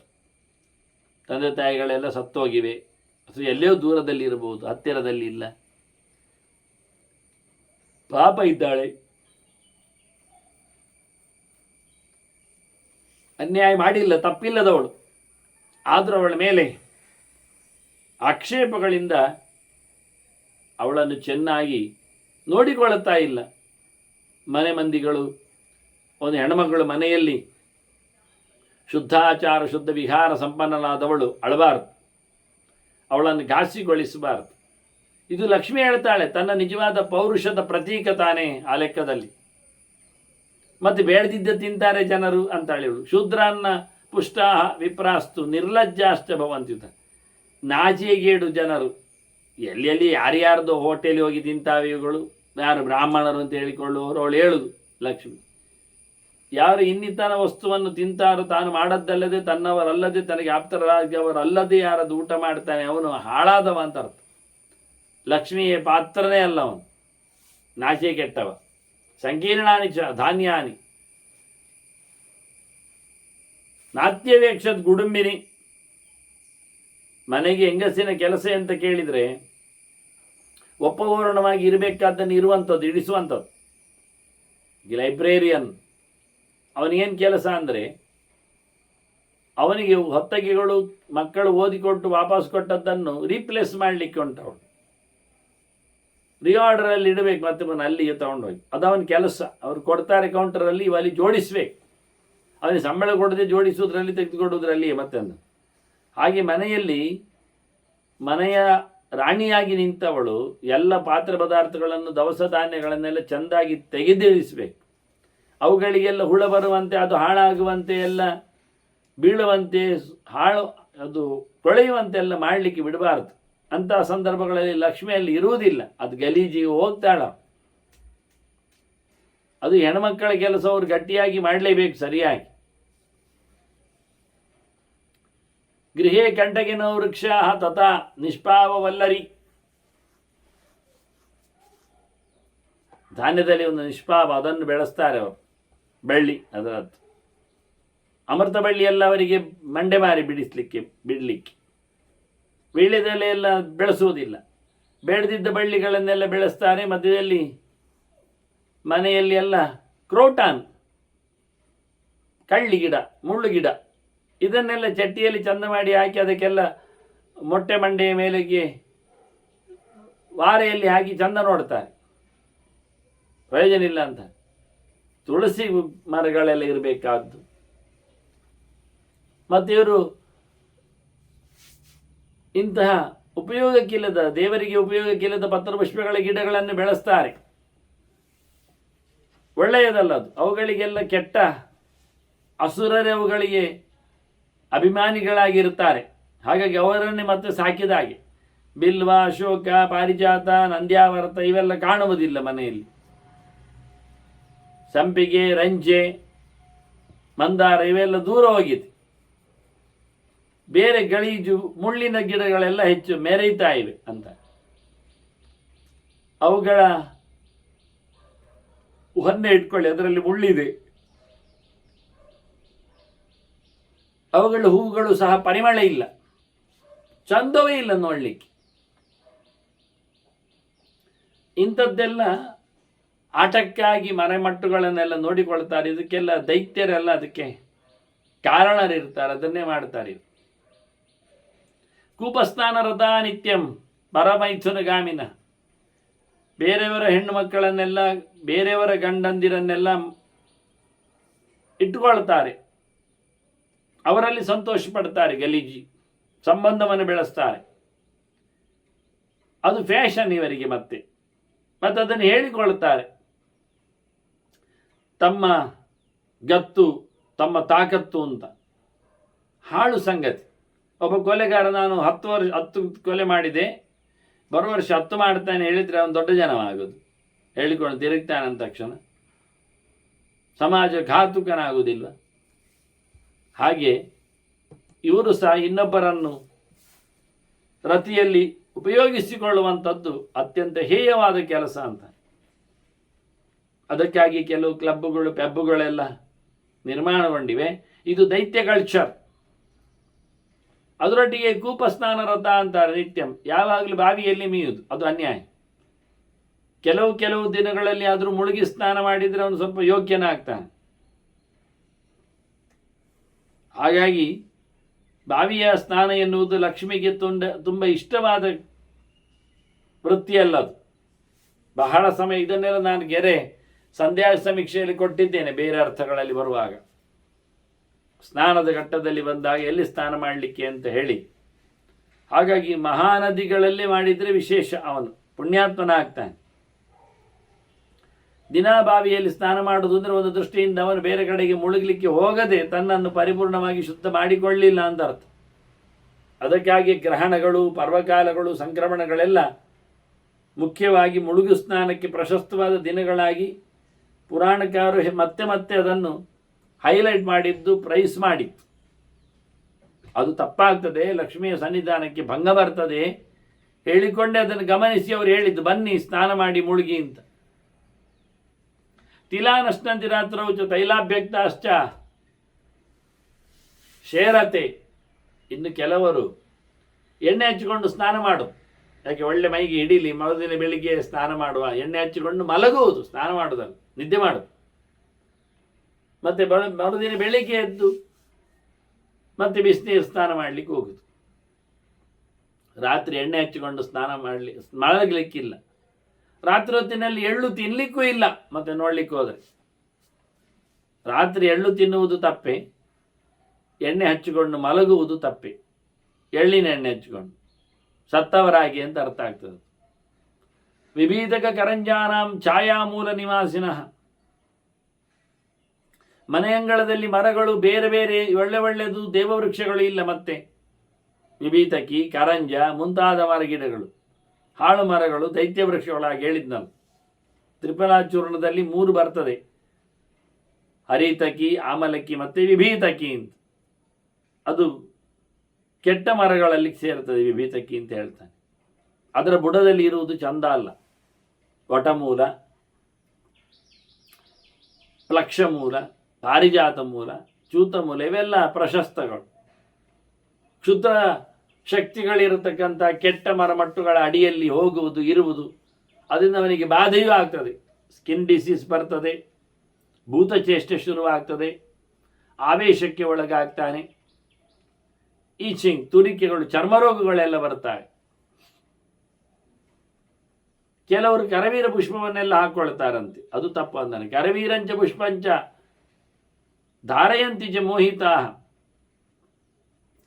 ದೇವರಿಗೆ ಕರವೀರ ಪುಷ್ಪ ವಿಶೇಷ ಅರ್ಚನೆಯಲ್ಲಿ ಎಲ್ಲ ಹೇಳ್ತಾರೆ ಹೊರತು ಅದನ್ನು ಧಾರಣೆ ಮಾಡುವುದರಲ್ಲಿ ತುಂಬ ವಿಶೇಷ ಇಲ್ಲ ಅಂತ. ಅಂದರೆ ಅದರಲ್ಲೇ ವೈಭವ, ಅದರಲ್ಲೇ ತಮ್ಮ ಚೆಲುವು ಮಾಡಿಕೊಳ್ಳುತ್ತಾರೆ. ಪದ್ಮಬೀಜಾನಿ ಖಾದಂತಿ ಪುಷ್ಪಂ ಜಿಗ್ರಂದಿ ಮೋಹಿತಃ. ಇನ್ನು ಪದ್ಮಬೀಜಗಳನ್ನು ಕೆಲವರು ಹುರಿದು ತಿನ್ನುವುದು, ಕಡಲೆ ಹಾಗೆ ಎಲ್ಲ, ಅದೆಲ್ಲ ಜಪ ಮಾಡಲಿಕ್ಕಿರುವಂಥದ್ದು. ಪದ್ಮಬೀಜ ತುಳಸಿ ಕಾಷ್ಟದಲ್ಲಿ ಅಡುಗೆ ಮಾಡದಂತೆ ಅದು ಜಪ ಮಾಡಲಿಕ್ಕಿರ್ತಕ್ಕಂಥ, ಮಣಿ ಮಾಡಲಿಕ್ಕಿರುವಂಥದ್ದು, ಅಪರಾಧ ಎಲ್ಲ ಅದು ಸೇರ್ತದೆ ಅಂತ. ಹಾಗಾಗಿ ಅದನ್ನು ಮೂಸುವುದು, ಹಾಗೆ ಜಪ ಮಾಡಲಿಕ್ಕೆ ಉಪಯೋಗಿಸಿಕೊಳ್ಳುವುದೆಲ್ಲ ಸಮಯ ಇಲ್ಲ. ಅದು ಜಪ ಮಾಡಲಿಕ್ಕೆ ಉಪಯೋಗಿಸಿಕೊಳ್ಳಬೇಕು, ಅದನ್ನು ತಿನ್ನುವುದು ಸಮಯ ಇಲ್ಲ ಅಂತ. ಅದರ ಹೂವನ್ನು ಸಹ ಪರಿಮಳ ನೋಡಿದ್ರೆ ಅದರಲ್ಲಿ ಅದು ತುಂಬಿ ಕೂತೆ ಇದ್ರೆ ಮತ್ತೆ ಮೂಗಿನೊಳಗೆ ಹೋದ್ರೆ ಅದು ಸತ್ಯ ಅಲ್ವಾ. ಅದೆಲ್ಲ ದೇವರಿಗೆ ಅದರ ಚೆಲುವ ಬಿಟ್ಟದ್ದು. ಮತ್ತೆ ಪದ್ಮ ವಿಶೇಷವಾಗಿ ಲಕ್ಷ್ಮಿಯ ಸ್ಥಾನಮಾನದ್ದು. ಬರುವಾಗಲೇ ಅವಳು ಪದ್ಮ ಹಿಡಿದು ಪದ್ಮ ಮೇಲೆ ಬಂದದ್ದನ್ನೆಲ್ಲ ಕಂಡಿದ್ದ ಇಂದ್ರ. ಹಾಗಾಗಿ ಅವಳು ಎಸ್ಪೆಷಲಿ ಹೇಳ್ತಾಳೆ, ಪದ್ಮ ಬೀಜವನ್ನು, ನನ್ನ ಬೀಜವನ್ನು ತಿನ್ನಲಿಕ್ಕೆ ಆಗುವುದಿಲ್ಲ, ತಿನ್ನಬಾರ್ದು, ಜಪ ಮಾಡಲಿಕ್ಕೆ ಇಟ್ಕೊಳ್ಬೇಕು, ಪದ್ಮ ಎಲ್ಲ ಮೂಸ್ಲಿಕ್ಕೆ ಹೋಗಬಾರ್ದು, ನಾನು ಅದರಲ್ಲಿ ಇದ್ದೇನೆ, ನಿತ್ಯ ಸನ್ನಿಧಾನ ಇದೆ, ನನಗೆ ಅವಹೇಳನೆ ಮಾಡಬಾರ್ದು ಎನ್ನುವ ನೆಲೆಯಲ್ಲಿ ಹೌದು ಅವಳು ಹೇಳಿದ್ದು. ನಿಂದಂತಿ ಸ್ತವನಂ ವಿಷ್ಣೋ ತಸ್ಯ ನಿತ್ಯದ್ವಿಷೋ ಜನ. ಮುಖ್ಯವಾದ ವಿಷಯಕ್ಕೆ ಬರ್ತಾಳೆ. ನನ್ನ ಗಂಡ ನಾರಾಯಣ, ಅವನಿಗೆ ಬೈಯೋದು ಇವರು ಬಾಯಿ ಬಂದಾಗಿ. ನನಗೆ ಬೇಸರ ಆಯ್ತು, ನಾ ಮನೆಯಿಂದ ಹೊರಟೆ ಅಂತಾಳೆ ಇವಳು. ಮತ್ತೆ ಯಾಕೆ ಹೇಳಿದರೆ ಅದು ಸುಮ್ಮನೆ ನಿತ್ಯ ದ್ವೇಷ ಅವರದ್ದು. ಈ ಜನರು ಪಾಪಿಗಳು ನಿರಂತರವಾಗಿ ವಿಷ್ಣು ದ್ವೇಷಿಗಳು, ಯಾಕೆ ಅಂತ ಇಲ್ಲ ಹಾಗೆ. ಹಾಗಾಗಿ ವಿಷ್ಣುವಿನ ದ್ವೇಷಗಳಾಗಿ ನಿಂತವರು, ದ್ವೇಷಿಗಳಾಗಿ ನಿಂತವರು ಶತ್ರುಗಳು ದೇವರಿಗೆ, ದೇವರನ್ನು ಬೈಯುವುದು. ಆದ್ದರಿಂದ ನಾನು ಅಲ್ಲಿಂದ ಹೊರಟಿದ್ದೇನೆ ಹೇಳ್ತಾಳೆ. ಹೋಮ ಧೂಮೋನ ತತ್ರಾಸೀತ್. ಈಗೆಲ್ಲ ಹೋಮ ಕರ್ಮವೇ ಇಲ್ಲ, ಬಿಟ್ಟಿದ್ದಾರೆ, ಎಲ್ಲ ಹೋಗಿ ಕಾಣುವುದಿಲ್ಲ, ಅಲ್ಲೆಲ್ಲ ಎಲ್ಲ ಗ್ಯಾಸ್ ಬಂದಿದೆ ಅಂತ ಅರ್ಥ. ಮತ್ತೆ ನೋಡಲಿಕ್ಕೆ ಹೋದರೆ ಇಲ್ಲ, ಆಹುತಿ ಕೊಡುವುದಿಲ್ಲ, ಕರ್ಮ ಮಾಡುವುದಿಲ್ಲ ಅವರು. ವೇದಘೋಷ ತಥೈವಚ. ಹೋಮ ಹವನ ಮಾಡಿದರೆ ತಾನೆ ವೇದವು ಕೇಳುವುದಿಲ್ಲ, ವೇದದ ಮಂತ್ರ ಹೇಳಿ ಆಹುತಿಗೂ ಕೇಳುವುದಿಲ್ಲ ಅವರ ಮನೆಯಲ್ಲಿ. ವಿಷ್ಣುಂ ಬ್ರಹ್ಮಣ್ಯ ದೇವೇಶಂ ಇತ್ವಾ ಪಾಷಂಡವಾಶ್ರಿತಾ. ಮತ್ತೆ ಎಂತ ಮಾಡ್ತಾರೆ ಅವರು? ವೇದ ಪಾರಾಯಣ ಮಾಡದೆ ಬೇರೆ ಎಲ್ಲ ಪಾರಾಯಣ ಇಟ್ಕೊಂಡಿದ್ದಾರೆ, ತಂತ್ರಗ್ರಂಥಗಳನ್ನೆಲ್ಲ ತಾಮಸವಾದದ್ದು. ಅದರಲ್ಲಿ ಬೊಬ್ಬೆ ಹೊಡೆದು ತ್ವಮೇ ವಮ್ಮರ್ಥಾಸಿ ತ್ವಮೇ ವಂದರ್ಥಾಸಿ ಹೇಳಿಕೊಂಡು ಪಾಷಂಡವಾಶ್ರಿತಾ. ಪಾಪಿಗಳಾಗಿ ಇತರ ದೇವತೆಗಳನ್ನೇ ದೊಡ್ಡ ಸಂಗತಿ ಮಾಡ್ತಾ ಯಾರ್ಯಾರೋ ಸ್ಥಾನಗಳಲ್ಲಿ ದೇವತೆಗಳು ಇಲ್ಲ, ಕ್ಷುದ್ರ ಶಕ್ತಿಗಳು ಬೇರೆ ಮೇರಿತಾ ಉಂಟೀಗ. ಪ್ರಧಾನವಾಗಿ ದೇವರನ್ನು ಬಿಟ್ಟಿದ್ದಾರೆ ಎನ್ನುವುದು ಮುಖ್ಯ ಅಂತಾಳಿ ಅವಳು. ಉಳಿದವರ ಶಬ್ದ ಹೇಳೋದಿಲ್ಲ ಅವಳು. ವಿಷ್ಣುಂ ಬ್ರಹ್ಮಣ್ಯ ದೇವೇಶಂ ಹಿತ್ವ. ನಾರಾಯಣನ ಪೂಜೆ ಪುನಸ್ಕಾರಗಳು ಇಲ್ಲ, ಅವನ ಚಿಂತನೆಗಳು ಮಂತ್ರಗಳು ಮಾತುಗಳು ಕೇಳುವುದಿಲ್ಲ. ಉಳಿದವರನ್ನೇ, ಅಸ್ವತಂತ್ರ ದೇವೇಶರನ್ನೇ ಮೆರೆಸ್ತಾ ಇದ್ದಾನೆ, ಬೊಬ್ಬೆ ಹಾಕ್ತಾ ಇದ್ದಾನೆ, ಕರಿತಾ ಇದ್ದಾನೆ ಅಂತ. ನನ್ನ ಇನಿಯನ ದೇವರ ಸ್ಥಾನಮಾನ ಭ್ರಷ್ಟ ಆಗಿದೆ ಅಂತಾಳು ಆ ಲೆಕ್ಕದಲ್ಲಿ. ಅದರೊಟ್ಟಿಗೆ ದೇವಸ್ವಾದಾನ ರುಚಯ ಬ್ರಹ್ಮಸ್ವ ರುಚಯಸ್ತತ. ದೇವರ ದುಡ್ಡನ್ನು ಹೇಳ್ಕೊಳ್ಳುವುದು, ದೇವರ ಸೊತ್ತನ್ನು ಆತ್ಮಸಾತ್ ಮಾಡಿಕೊಳ್ಳುವುದು. ಬರೀ ದೇವರದ್ದು ಮಾತ್ರ ಅಲ್ಲ, ದೇವರನ್ನು ನಂಬಿದವರದ್ದು ಕೊಳ್ಳೆ ಹೊಡಿತಾರೆ ಇವರು, ತಿಳಿದವರದ್ದು ವಂಚನೆ ಮಾಡ್ತಾರೆ, ಮೋಸ ಮಾಡ್ತಾರೆ, ಅವರದ್ದು ನುಂಗಿ ಹಾಕ್ತಾರೆ ಇವರು. ಹೀಗಾಗಿ ಇಂಥವರು ಕಮ್ಮಿಯಾಗಿ ಶುರುವಾದದ್ದು ಯಾಕೆಂದ್ರೆ ಇನ್ನೊಬ್ಬರದ್ದು ನುಂಗಿ ನೆನೆಯುವುದರಿಂದ ನಾನೇ ಅಲ್ಲಿ ನಿಲ್ಲಿಸಿದೆ ಅಂತಾಳೆ ಬರುವುದು. ಹಾಳಾದ್ದನ್ನೆಲ್ಲ ರಿಪೇರಿ ಮಾಡಿಸುವುದು ಇಲ್ಲಿ ಇವರು ಮತ್ತೆ. ಆದ್ದರಿಂದ ಹರುಗು ಮುರುಕಾದ ತುಂಡು ಬಿದ್ದೋದ ಎಲ್ಲ ಮಂದಿರ ಮಠಗಳಲ್ಲಿ, ಪಾಗಾರಗಳಲ್ಲಿ, ಹೊರಗೆ ಭಿತ್ತಿ ಪಾಗಾರಾದಿಗಳಲ್ಲಿಯೂ ಸಹ ಇವಳು ಇರುವುದಿಲ್ಲಂತೆ. ಪ್ರಾಕಾರಾಗಾರ ವಿಧ್ವಂಸ ನಸ್ಮತೆ ಪ್ರತಿಗುರುವತೆ. ರೀಬಿಲ್ಟ್ ಮಾಡಬೇಕಲ್ಲ, ಚಂದ ಮಾಡಬೇಕಲ್ಲ, ಮಾಡಲಿಲ್ಲ, ಎಲ್ಲ ಬಿದ್ದೋಗಿದೆ, ಸರಿ ಮಾಡಲಿಲ್ಲ. ಸರಿ ಮಾಡದ ಹರುಗು ಮುರುಗು ಮನೆಯಲ್ಲಿ ಇರುವುದಿಲ್ಲ ಅಂತಾಳೆ ಇವಳು. ನೋಡಿ ಎಷ್ಟು ಜೋರಿದ್ದಾಳೆ ಅಂತ. ಶುದ್ಧವಾಗಿ ಸರಿಯಾಗಿರಬೇಕು. ಸೋರುವ ಮನೆ, ಬಾಗಿಲಾಗಲಿಕ್ಕೆ ಬಾರದ ಮನೆ, ಕನ್ನಡಿ ಮುಂತಾದೆಲ್ಲ ತುಂಡಾದ ವಸ್ತುಗಳಿರುವ ಮನೆ, ಅದೆಲ್ಲ ಆಗುವುದಿಲ್ಲ. ಪಾಗಾರ ಬಿದ್ದೋದ್ರು ಲಕ್ಷ್ಮಿಗೆ ಚಂದ ಕಾಣಬೇಕಂತ ಇಲ್ಲ ಅಂತಾಳೆ ಅವಳು. ಕ್ಷುದ್ರ ಸಂಸ್ಕಾರಹೀನಾಷ್ಟ ನಾರ್ಯ ಉದರ ಪೋಷಣ. ಹೊಟ್ಟೆಪಾಡಿಗಾಗಿ ಗಲೀಜು ಕೆಲಸ ಮಾಡ್ತಾರೆ ಹೆಂಗಸರು. ಹೊಟ್ಟೆಯನ್ನು ತುಂಬಿಸಿಕೊಳ್ಳಿಕ್ಕೋಸ್ಕರ ಸಂಸ್ಕಾರಹೀನವಾದ ಕೆಲಸಗಳನ್ನೆಲ್ಲ ಮಾಡ್ತಾ ಇದ್ದಾರೆ. ಶೌಚಾಚಾರ ಪರಿಭ್ರಷ್ಟ, ಮಡಿವಂತಿಗೆ ಇಲ್ಲ, ಧರ್ಮ ಕೆಲಸ ಇಲ್ಲ, ನಿರ್ಲಜ್ಜಾ, ನಾಚಿಗೆ ಬಿಟ್ಟವರು, ಮೈಯನ್ನು ತೋರಿಸ್ತಾರೆ, ಭೋಗವಂಚಿತ, ಜನರ ಜೊತೆಯಲ್ಲಿ ಸರಿಯಾಗಿ ಬೆರೆಯುವುದಿಲ್ಲ, ಆಡ್ತಾರಷ್ಟೇ. ಉಭಾಭ್ಯಾಮೇವ ಬಾಣಿಭ್ಯಾಂ ಶಿರಃ ಕಂಡೂಯನಾನ್ವಿತ. ಎರಡು ಕೈಯೊಟ್ಟಿಗೆ ಮಂಡಕ್ಕಿರುತ್ತಾರೆ, ತಲೆ ಅದನ್ನು ತುರಿಸಿಕೊಳ್ಳುತ್ತಾರೆ. ಎರಡು ಕೈಯಲ್ಲಿ ತಲೆ ಮುಟ್ಟುವುದು ಅತ್ಯಂತ ದಾರಿದ್ರ್ಯದ ಲಕ್ಷಣ, ಅದು ಲಕ್ಷ್ಮಿ ಹೇಳುವಂಥದ್ದು. ಇದನ್ನೆಲ್ಲ ಅರ್ಥ ಆಗದೆ ಇರ್ಲಿಕ್ಕೆ ಹೋಗಿ ಕೆಲವು ಸೂತ್ರಗಳನ್ನು, ಮಾತುಗಳನ್ನೆಲ್ಲ ಇಲ್ಲಿ ಬಿಟ್ಟಾಗಿದ್ದಾರೆ. ಪ್ರಾಚೀನ ಪಾಠಗಳೆಲ್ಲ ಅಳಿಸಿ ಹೋಗಿದೆ ಕೆಲವು. ಯಾಕೆ ಇದನ್ನೆಲ್ಲ ಹೇಳಲಿಕ್ಕೆ ಹೋದರೆ ಹೆಂಗಸರಿಗೆ ಮತ್ತೆ ವಿಷಯಗಳಿಗೆಲ್ಲ ಅಪಚಾರ ಆಗ್ತದೆ ಹೇಳಿ ಲಕ್ಷ್ಮಿ ಕೂತ್ಕೊಳ್ಳದೆ ಇರದ ತಾಣ ಯಾವುದು ಅಂತ ಪ್ರತ್ಯೇಕ ಬೇರೆ ಕಡೆಯಲ್ಲಿ ಪಟ್ಟಿ ಮಾಡಿದ್ದೆ ಪುರಾಣಗಳಲ್ಲಿ ಬಂದದ್ದೆಲ್ಲ ಉಂಟಲ್ಲ. ಮತ್ತೆ ಇಲ್ಲಿ ನೀವು ಮುಚ್ಚಾಗಿದ್ರೆ ಬೇರೆ ಕಡೆ ಕಾಣ್ತದೆ ಎದ್ದು. ನೀವು ಎದುರಲ್ಲಿ ಎಳೆಯದು ಬಟ್ಟೆಯನ್ನು ಕೂತ್ಕೊಳ್ಬಹುದು, ಹಿಂಬದಿ ಪೂರ ಮೇಲೆ ಹೋಗಿರ್ತದೆ. ಅದು ಲಾಯ್ಕೆ ಆಗುದಿಲ್ಲ ಅಂತ ಪೂಜೆ ಕೂತ್ಕೊಳ್ತಾರೆ ಹಿಂಬದಿಯಲ್ಲಿ, ಎದುರೆಲ್ಲ ಪೂರ ಹೋಗಿರ್ತದೆ. ಹಾಗಾಯ್ತು ಕಥೆ ಇತ್ತು. ಅದನ್ನ ಲಕ್ಷ್ಮಿ ಎಲ್ಲಿ ಬರ್ತಾಳೆ, ಎಲ್ಲಿ ಇರುವುದಿಲ್ಲ ಹೇಳುವುದು ಇಲ್ಲಿ ಮಹಾಭಾರತದಲ್ಲಿ ಮಾತ್ರ ಅಲ್ಲ, ಬೇರೆ ಕಡೆಯಲ್ಲಿ ಬೇಕಾದಷ್ಟು ಓಪನ್ ಆಗಿ ಹೇಳಿಕೊಂಡಿದ್ದಾಳು ಅವಳು. ಅದರಿಂದ ಮಡಿವಂತಿಗೆ ಇಲ್ಲದವರು ನನಗೆ ಬಿಡುವುದಿಲ್ಲ ಆ ಮನೆಯಲ್ಲಿ ಅಂತ ಹೇಳ್ತಾರೆ. ನಾನಲ್ಲಿ ಇರುವುದಿಲ್ಲ ಅಂತ. ನಾದ್ರಿಯಂತೆ ಪಶೂನ್ ಬದ್ವಾ ಯವಸೇನ ಉದಕೇನ ಚ. ಮನೆಯ ಹಟ್ಟಿಯ ಜಾನುವಾರುಗಳನ್ನು ಕಟ್ಟಿ ಹಾಕ್ತಾರೆ, ಹೊರಗೆ ಬಿಡುವುದಿಲ್ಲ, ಅವುಗಳಿಗೆ ಸ್ವೇಚ್ಛೆ ಇಲ್ಲ. ಆದರೆ ತಿನ್ನಲಿಕ್ಕೂ ಆಗುವುದಿಲ್ಲ ಅಲ್ಲಿ ಕಟ್ಟಿದಲ್ಲಿ, ನೀರು ಕೊಡುವುದಿಲ್ಲ ಅಲ್ಲಿ ಸರಿಯಾಗಿ. ಇದು ಮೋಸ ಅಲ್ವಾ? ಅವುಗಳನ್ನ ಬಿಟ್ಟು ಬಿಟ್ಟರೆ ಬೇಕಾದನ್ನು ತಿಂದುಕೊಂಡು ಬೇಕಾದಾಗಿ ನೀರು ಕುಡಿದುಕೊಂಡು ಬೇಕಾದಲ್ಲಿ ಬರ್ತಾವೆ, ಮತ್ತೆ ಕಳೆದೋಗುವುದಿಲ್ಲ ಅವುಗಳು. ಇವರೇ ಆ ಕೆಲಸ ತಪ್ಪದಲ್ಲ ಹೇಳಿಕೊಂಡು ಎಲ್ಲಿ ಟೆನ್ಷನ್, ಎಲ್ಲಿ ಹೋದವು ಅಂತ. ಆದ್ದರಿಂದ ಅವರು ಕಟ್ಟಿ ಹಾಕಿದ್ದನ್ನು ಬಿಚ್ಚುವುದೇ ಇಲ್ಲ. ಅಲ್ಲೇ ಕೂತಿ ಏನಾದರೂ ಮೇವು ತಿನ್ನಲಿಕ್ಕೆ ಕುಡಿಲಿಕ್ಕೆ ಕೊಡಬೇಕಲ್ಲ, ಅದು ಸಿಗುವುದಿಲ್ಲ. ಹೀಗಾಗಿ ಪ್ರಾಣಿಗಳಿಗೆ ಕಟ್ಟಿ ಹಾಕಿ ಹಿಂಸೆ ಕೊಟ್ಟಾಗ ಆಗ್ತದೆ. ನಾನು ಗೋವಿನಲ್ಲಿ ಮುಖ್ಯ ಇರುವವಲ್ವಾ, ಇದ್ದೇನೆ ನಾನು, ಆದ್ದರಿಂದ ನಾನು ಇವರ ಅನಾದರದಿಂದಾಗಿ ಹೊರಟಿದ್ದೇನೆ ಅಂತ. ಅಂಥದ್ದೆಲ್ಲ ಅವರಲ್ಲ ತಪ್ಪು ಲಕ್ಷಣಗಳನ್ನು ಹೇಳುತ್ತಾ ಕೂತ್ಲ ಅವಳು ಹೇಗಿದೆ ಅಂತ. ತಥಾ ಭೃತ್ಯಜನಂ ಸರ್ವಂ ಅಸಂತರ್ಪ್ಯ ಚ ದಾನವಾಹ ಅಪಾಚಯನ್ ಆತ್ಮನೋರ್ತೆ ವೃತ ಮಾಂಸಾನಿ ಅಭಕ್ಷಯನ್. ಅಡುಗೆ ಮಾಡಿದ್ದು ಯಾರಿಗೆ ಕೇಳಿದರೆ ಅವರಿಗೆ ತಿನ್ನಲಿಕ್ಕೆ, ಮತ್ತು ಸೇವಕ ವರ್ಗಕ್ಕೆಲ್ಲ ಕೊಡುವುದಿಲ್ಲ, ಅತಿಥಿಗಳಿಗೆಲ್ಲ ಆಗಲಿಕ್ಕಲ್ಲ. ಸ್ವಯಂ ತನಗಾಗಿ ಅಡುಗೆ ಮಾಡಿ ತಿನ್ನಲಿಕ್ಕೆ ಹೋಗ್ತಾನೆ, ಕೆಲಸದವರಿಗೂ ತೋರಿಸಿಕೊಡುವುದಿಲ್ಲ ಎಂತ ಮಾಡಿದ್ದಾನೆ ಎಂತ ಉಂಟು ಅಂತ. ಇಷ್ಟು ಮೋಸ. ಇಂಥವನು ತನಗಾಗಿ ತಿಂದರೆ, ಮಾಂಸಗಳು ತಿಂದರೆ ಅವನು ಅತ್ಯಂತ ಕೆಟ್ಟವ ಅಂತ ಅರ್ಥ, ವ್ಯರ್ಥ, ಉಪಯೋಗ ಇಲ್ಲ, ಅವನು ಬದುಕೇನು ಉಪಯೋಗ ಇಲ್ಲ ಹೇಳಿಕೊಳ್ಳುವ ಹಾಗೆ ತಮಾಷೆ ಮಾಡ್ತಾನೆ. ಉತ್ಸೂರ್ಯ ಶಾಯನಶ್ಚ ಅಸನ್. ಹಿಂದೆ ಹೇಳಿದ್ಲು ಹೇಗೆ ಚೆನ್ನಾಗಿದ್ರು ಅಂತ ಹೇಳಿ, ಸೂರ್ಯ ಬರುವ ಮುಂಚೆ ಹೇಳ್ತಿದ್ರು ಅಂತ. ಈಗ ಹೇಳ್ತಾಳೆ, ಈಗೆಲ್ಲ ಸೂರ್ಯ ಬಂದ ನಂತರವೇ ಹೇಳುದು ಅಂತಾಳೆ. Plate change. ಈಗ ಅವರೆಲ್ಲ ಬದಲಾಗಿದ್ದಾರೆ. ಈಗ ದೈತ್ಯರು ಸೂರ್ಯ ಬಂದ ನಂತರ ಹೇಳ್ತಾರೆ, ಅಷ್ಟೇ ಅಲ್ಲ ಹಗಲಿಗೂ ಮಲಗ್ತಾರೆ ಅಂತಾಳಿ ಇವಳು. ಹಿಂದೆ ಹಗಲಿಗೆಲ್ಲ ಮಲಗ್ತಿರ್ಲಿಲ್ಲ ಹೇಳಿದ್ಲು. ಈಗಾಗಲ್ಲ. ಸರ್ವೇ ಚಾಸನ್ ಅಹರ್ನಿಶ. ಅವರಿಗೆ ಹಗಲು ರಾತ್ರಿ, ರಾತ್ರಿಗೆ ಹಗಲಾಗಿದೆ ಈಗ ಅವರಿಗೆ. ಹಾಗಾದರೆ ರಾತ್ರಿಯಲ್ಲಿ ಭಾರಿ ಚೆಂದಾಗಿ ಯೋಗಾಭ್ಯಾಸ ಎಲ್ಲ ರಾತ್ರಿಯಲ್ಲಿ ಪಟ್ಟಾಂಗ ಪೆರಡೆ ಅದನ್ನೆಲ್ಲ ಮಾಡ್ತಾ ಕೂತ್ಕೊಳ್ಳೋದು. ಎಂಥದ್ದು ಟಿ ವಿಯಲ್ಲಿ ಹುಡುಕುವುದು, ಒಕ್ಕುವುದು ಹೇಳ್ತೇವೆ ನಾವು, ಅರಸುವುದು ಎಂತ ಬರ್ತದೆ ಅಂತೇಳಿ ಬೆರಳಲ್ಲಿ ಹಾಕಿ ತಿಕ್ತಾ ಇರ್ತಾರೆ. ಹಗಲಿಗೆ ಬಿದ್ದುಕೊಳ್ತಾರೆ. ಆಗ ಇಂಟರ್ನೆಟ್ ಸ್ಲೋ ಇರ್ತದೆ, ಅದು ಸರಿ. ಹಾಗಾಗಿ ಇವರಿಗೆ ಬೇಕಾದ್ದು ಪ್ರಪಂಚದ ವಿಷಯ, ಬೆಳೆದಿದ್ದದ್ದು ದೇವರ ವಿಷಯ ಅಲ್ಲ. ಹೀಗಾಗಿ ಹಗಲು ರಾತ್ರಿ ಮಾಡಿದ್ದಾರೆ. ಇದು ಕೃಷ್ಣ ಹೇಳುವ ಯೋಗಿಗಳ ಹಗಲು ರಾತ್ರಿನ ವ್ಯತ್ಯಾಸ ಅಲ್ಲ ಅವರು. ಹೀಗಿಂತವರು ಒಟ್ಟಿಗೆ ಗಲಾಟೆ ಎಲ್ಲಿ ನೋಡಿದರಲ್ಲಿ ಆವೃತ್ತಗಳ ಹಾಶ್ಚಾತ್ರ ದಿವಾರಾತ್ರಂ ಗೃಹೇ ಗೃಹೆ.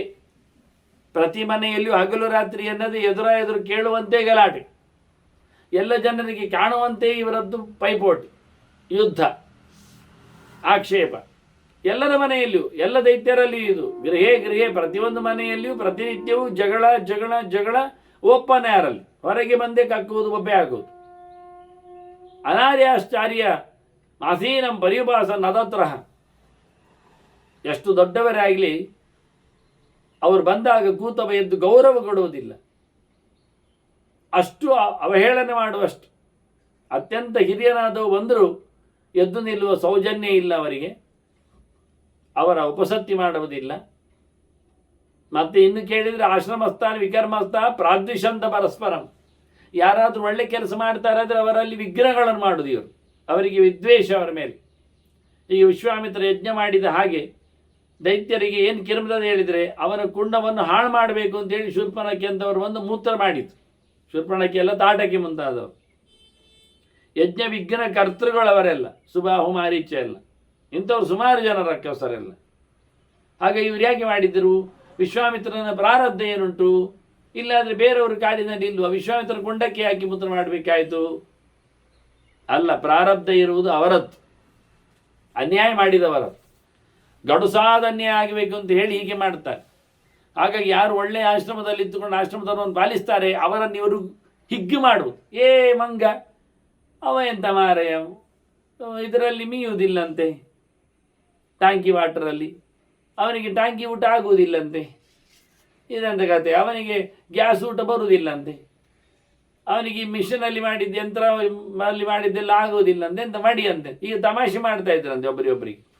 ಆಶ್ರಮದಲ್ಲಿರುವವರು ಶುದ್ಧ ಜಾತಿಯಲ್ಲಿ, ಶುದ್ಧ ಮಡಿಯಲ್ಲಿ, ಶುದ್ಧವಾದ ಶಾಸ್ತ್ರದ ನೆಲೆಯಲ್ಲಿ ವಿದ್ಯುಕ್ತವಾಗಿ ಮಾಡುವವರನ್ನು ಇವರು ತಮಾಷೆ ಮಾಡು ಎಂತ ಹೇಳುವ. ಒಬ್ಬ ಸನ್ಯಾಸಿ ತೊಟ್ಟಿಲು ತೂಗದಿದ್ದರೆ ಬೈತಿದ್ರು ಇವರು ಸನ್ಯಾಸಿ, ಅವನಿಗೆ ಸರಿಯಾಗಿ ಇಲ್ಲ ಅವನಲ್ಲಿ ಅಂತ. ಪೌರುಷ ನೋಡಿ, ಅವನು ಪೌರುಷ ಪ್ರದರ್ಶನ ಮಾಡಬೇಕು ಯತಿಯಾಗಿ ಕೊಂಡವ. ಬ್ರಹ್ಮಚಾರಿ ಹತ್ರ ಹಾಗೆ ಅವನಿಗೆ ಕಾಮದ ಸುದ್ದಿ ಹೇಳ್ತಿದ್ರು. ಗೃಹಸ್ಥನಲ್ಲಿ ಮನೆ ಬಿಟ್ಟು ಹೋಗ್ಲಿಕ್ಕೆ ಹೇಳ್ತಿದ್ರು. ಆಯಾ ಆಶ್ರಮದಲ್ಲಿ ಕೂತವರನ್ನು ನಿಂದೆ ಮಾಡ್ತಾರೆ ಇವರು. ಅದನ್ನು ಹಾಳು ಮಾಡಿಕೊಂಡಿದ್ರೆ ಖುಷಿ ಪಡ್ತಿದ್ರು ಇವರು. ದ್ವೇಷ, ಹೊಟ್ಟೆಗಿಚ್ಚು, ಬೈಯುವುದು, ಅವರನ್ನು ನಿಂದಿಸುವುದು, ಉಪದ್ರ ಕೊಡುವುದು. ಸಂಕರಾಶ್ಚಾಭ್ಯವರ್ತಂತ ನಚ ಶೌಚಮವರ್ತದ. ಎಲ್ಲಿ ನೋಡಿದರಲ್ಲಿ ಸಾಂಕರ್ಯ ಉಂಟಾಯಿತು. ಎಲ್ಲದರಲ್ಲಿ, ಮನುಷ್ಯರಲ್ಲಿ, ಜಾತಿಯಲ್ಲಿ, ವಿಷಯದಲ್ಲಿ, ಪದ್ಧತಿಯಲ್ಲಿ, ಎಲ್ಲ ಕಡೆ ಮಿಕ್ಸ್, ಗಲೀಜು ಮಿಕ್ಸ್. ಅದು ಸಹ ಅತ್ಯಂತ ಹೇಸಿಗೆಯದ್ದೆಲ್ಲ ಒಟ್ಟಾದದ್ದು, ಉದಾತ್ತವಾದದ್ದಲ್ಲ, ಉತ್ತಮ ಮಟ್ಟದ್ದಲ್ಲ. ಏಚ ವೇದವಿದೋ ವಿಪ್ರಾಹ ವಿಸ್ಪಷ್ಟ ಮನದಷ್ಟಯೇ. ವೇದ ತಿಳ್ಕೊಂಡಿದ್ದಾರೆ, ವೇದ ಉಂಟು, ಆದರೆ ಎಲ್ಲ ಮರೆತೋಗಿದೆ. ವೇದ ಮಂತ್ರ ಸ್ಪಷ್ಟವೇ ಹೇಳೋದಿಲ್ಲ, ತಪ್ಪು ಹೇಳೋದು. ಈ ನಮೂನೆ ಆಗಿ ಹೋಗಿದೆ ಇವರದ್ದು.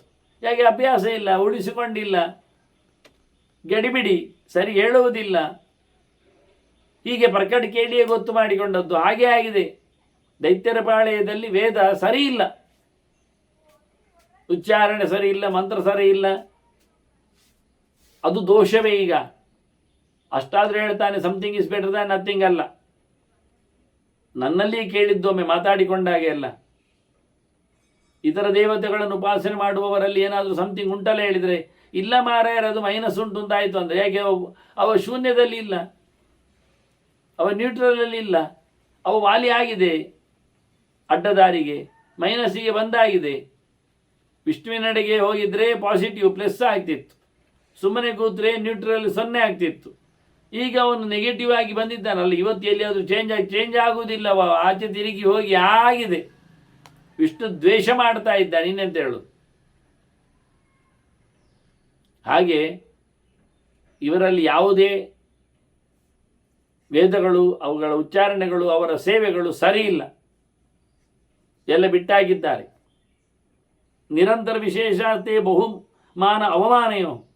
ಇವರಿಗೆ ಬೈದ್ರು ಒಂದೇ, ಹೊಗಳಿದ್ರು ಒಂದೇ ಅಂತಾರೆ ನೋಡಿ. ಅಸಡ್ಡೆ, ನಿರ್ಲಿಪ್ತತೆ ಅಲ್ಲ, ಕೇಳುವುದೇ ಇಲ್ಲ. ನೀ ಎಂತ ಬಗೆಯರು ಹೇಳು ಮಾರಾಯ ಅಂತ. ಅವರಿಗೆ ಬೈದದ್ದು ಹೊಗಳಿದ ಹಾಗೆ, ವ್ಯತ್ಯಾಸ ಇಲ್ಲ ಅವರಿಗೆ. ಮೈ ಮೇಲೆ ತಾಂಟಿಕೊಂಡು ಹೋಗ್ತಾರೆ. ಅದೊಂದು ಮರಳು ಹುಚ್ಚು ಹೇಳಿದರೆ ಅದನ್ನೇ ನೆಗಾಡ್ತಾ ಹೇಳಿಕೊಂಡು ತಿರುಗ್ತಾರೆ ಜನರ ಹತ್ರ, ಹೇಳ್ತಾ ನನ್ನನ್ನು ತಾಂಟಿದ್ದಕ್ಕೆ ಮರಳ ಹೇಳಿದ ಅಂತ. ಇಂತಹ ಮರಳರು ಈ ನಮೂನೆ ಅನ್ಯಾಯ ಮಾಡಿಕೊಂಡು ಅನ್ಯಾಯವನ್ನು ಮೆರವಣಿಗೆ ಮಾಡ್ತಾರೆ, ಮೆರೆಯಿಸ್ತಾರೆ, ತಮ್ಮ ತಾಕತ್ತು ಅಂತೇಳಿ, ದೌಲತ್ತು ಅಂತೇಳಿ. ಇವರಿಗೆ ಅವಮಾನ ಮಾಡಿದ್ದು ಅವಮಾನ ಕೊಟ್ಟಂತೆ. ಇವರಿಗೆ ಅವಮಾನಕರವಾದ ಕೆಲಸ ಮಾಡಿಕೊಂಡು ಅನ್ಯಾಯ ಮಾಡಿದ್ರು ಸರಿ ಮಾಡಲಿಕ್ಕೆ ಹೇಳಿದರೆ ಅದನ್ನೇ ತಾವೇ ಹೇಳಿಕೊಂಡು ತಿರುಗ್ತಾರೆ. ಹೊಡೆದು ತಾನೇ ಬಂದು ಅವನು ಹೊಡೆದ ಅಂತ ಹೇಳಿಕೊಂಡಾಗಿ ಮೊದಲು ಶುರು ಮಾಡಿ. ಮನೆಯ ಕೆಲಸದವಳೆಲ್ಲ ಗಮ್ಮತ್ತು ಮಾಡ್ತಾಳೆ ಈಗ ನೋಡಿ. ಯಜಮಾನರನ್ನು, ಅತಿಥಿಗಳನ್ನೆಲ್ಲ ಬುಟ್ಟಿ ಹಾಕಲಿಕ್ಕೆ ಇವಳ ಭಾವ ಏನು, ಆಭರಣ ಏನು, ವೇಷ ಏನು, ಲಾಸ್ಯ ಏನು, ಅದರಲ್ಲಿಯೂ ಸಹ ಅವಳ ಗತಿ ಸ್ಥಿತಿಯೆಲ್ಲ ಏನು, ಅವಳ ಕಣ್ಣೋಟ ಏನು ಕತೆ ನೋಡಿ. ಇವೆಲ್ಲ ಭಾವಂ ಆವರಣಂ ವೇಷಂ ಗತಿಂ ಸ್ಥಿತಿಂ ಅವೇಕ್ಷಿತಂ ಅಸೇವಂತ ಭುಜಿಷ್ಯಾವೈ ದುರ್ಜನಾಚರಿತಂ ವಿಧಿಂ. ಕೆಟ್ಟವರು, ಮೈಮಾರಿಕೊಳ್ಳುವವರು, ಹೇಸಿಗೆಯವರು ಮಾಡುವ ಕೆಲಸವನ್ನು ಮನೆಯ ಕೆಲಸದವಳು ಮಾಡಲಿಕ್ಕೆ ಶುರು ಮಾಡಿದ್ದಾಳೆ. ಮನೆಯ ಕೆಲಸದವಳು ಮನೆಯ ಯಜಮಾನನನ್ನು ಪಟಾಯಿಸುವುದು, ಬಂದವರನ್ನು ಅತಿಥಿಗಳನ್ನು, ಗಣ್ಯರನ್ನೆಲ್ಲ ಬುಟ್ಟಿ ಹಾಕೊಳ್ಳುವಂಥದ್ದು. ಇದು ಬೇಕಿತ್ತ ಕೆಲಸದವಳಿಗೆ ಹೇಳ್ತಾರೆ. ಹೀಗೆ ಕೆಲಸದವಳಲ್ಲಿ ಒಂದು ಟ್ರೆಂಡ್ ಬೇರೆ ಆಗಿದೆ. ಅಂದರೆ ಎಷ್ಟು ವ್ಯತ್ಯಾಸ ಮಾಡ್ತಾರೆ ಅಂತ, ಸಂಸ್ಕೃತಿಯನ್ನು ಕೊಲೆ ಮಾಡಲಿಕ್ಕೆ ಏನೆಲ್ಲ ನಡೆಸಿಕೊಡ್ತಾರೆ ಅಂತ ಪ್ರತಿಯೊಂದು ಆಯಾಮಗಳಲ್ಲಿ. ಇವೆಲ್ಲ ಕೆಲವು ಮಾತುಗಳು ಬಂದಾಗ, ಎಕ್ಸ್ಕ್ಲೂಸಿವಲ್ಲಿ ಕೆಲವು ಸ್ತ್ರೀ ಶಕ್ತಿಗಳನ್ನು ಇಟ್ಟುಕೊಂಡು ಮಾತಾಡಿದಾಗ ಲಕ್ಷ್ಮಿ ಪ್ರಕೃತಿ ದೇವಿ ಯಾವ ರೀತಿಯಲ್ಲಿ ವಿಕೃತಿ ಮೆರೆದಿದೆ ಯಾರಲ್ಲಿ, ಹೆಣ್ಣು ಹೆಂಗಸರಲ್ಲಿ ಅಂತ ಹೇಸಿಗೆಗಳು ಆಗಿವೆ ಎನ್ನುವುದನ್ನು ಹೈಲೈಟ್ ಮಾಡ್ತಾ ಇದ್ದಳು. ಆಗಬಾರದ ಸಂಗತಿ ಅದು, ಅನಿವಾರ್ಯವಾದದ್ದೇನಲ್ಲ ಅದು. ಹಾಗಿದ್ದರವರಲ್ಲಿ ಆಗಿರತಕ್ಕ ಬದಲಾವಣೆಗಳು ನನಗೆ ಬಿಟ್ಟು ಹೋಗಲಿಕ್ಕೆ ಅವಕಾಶ ಮಾಡಿಕೊಟ್ಟಿದೆ, ಬಿಟ್ಟು ಹೋಗುವಂತ ಆಗಿದೆ ಅಂತ ಹೇಳುವಲ್ಲಿ ಇನ್ನಷ್ಟು ಕೆಲವು ಮಾತುಗಳನ್ನು ಸಹ, ಲಕ್ಷಣಗಳನ್ನು ಸಹ ಇಂದ್ರನಿಗೆ ಮಹಾಲಕ್ಷ್ಮಿ ಹೇಳಲಿಕ್ಕಿದ್ದಾಳೆ. ಅದನ್ನು ಮತ್ತೆ ನಾವು ಕೇಳುವ ವಂದನೆಗಳೊಂದಿಗೆ ಶ್ರೀಕೃಷ್ಣಾರ್ಪಣಮಸ್ತು. ನಾರಾಯಣ ನಾರಾಯಣ ನಾರಾಯಣ.